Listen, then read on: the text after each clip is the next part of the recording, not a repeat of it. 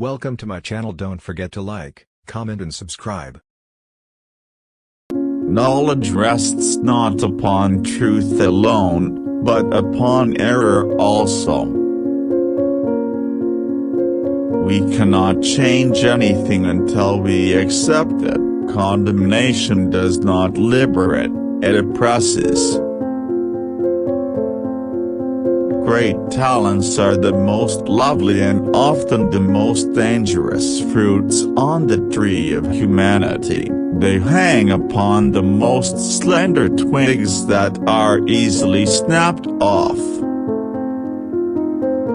An understanding heart is everything in a teacher, and cannot be esteemed highly enough.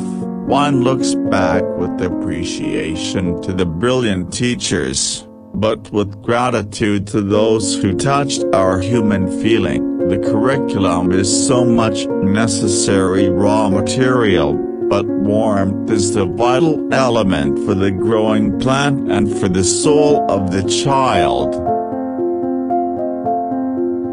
The greatest and most important problems of life are all fundamentally insoluble. They can never be solved, but only outgrown.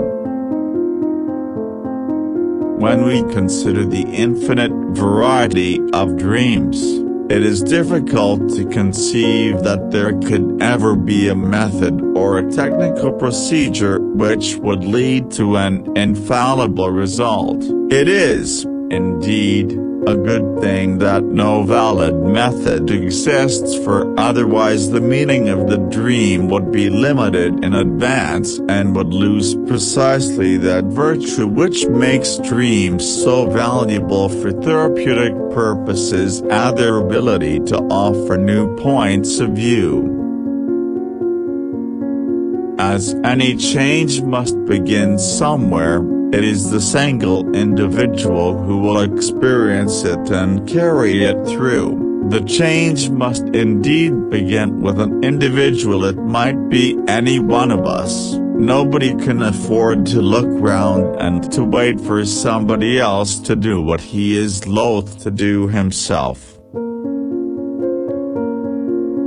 I regret many follies which sprang from my obstinacy, but without that trait I would not have reached my goal. We should not pretend to understand the world only by the intellect. We apprehend it just as much by feeling. Therefore, the judgment of the intellect is, at best, only the half of truth, and must, if it be honest, also come to an understanding of its inadequacy. A special ability means a heavy expenditure of energy in a particular direction, with a consequent drain from some other side of life. A dream that is not understood remains a mere occurrence. Understood, it becomes a living experience. That which compels us to create a substitute for ourselves is not the external lack of objects, but our incapacity to lovingly include a thing outside of ourselves. I have always been impressed by the fact that there are a surprising number of individuals who never use their minds if they can avoid it, and an equal number who do use their minds, but in an amazingly stupid way. Sometimes, indeed, there is such a discrepancy between the genius and his human qualities that one has to ask oneself whether a little less talent might not have been better. The capacity for directed thinking I call intellect. The capacity for passive or undirected thinking I call intellectual intuition. nothing has a stronger influence psychologically on their environment and especially on their children than the unlived life of the parent. The rational attitude which permits us to declare objective values as valid as all is not the work of the individual subject, but the product of human history.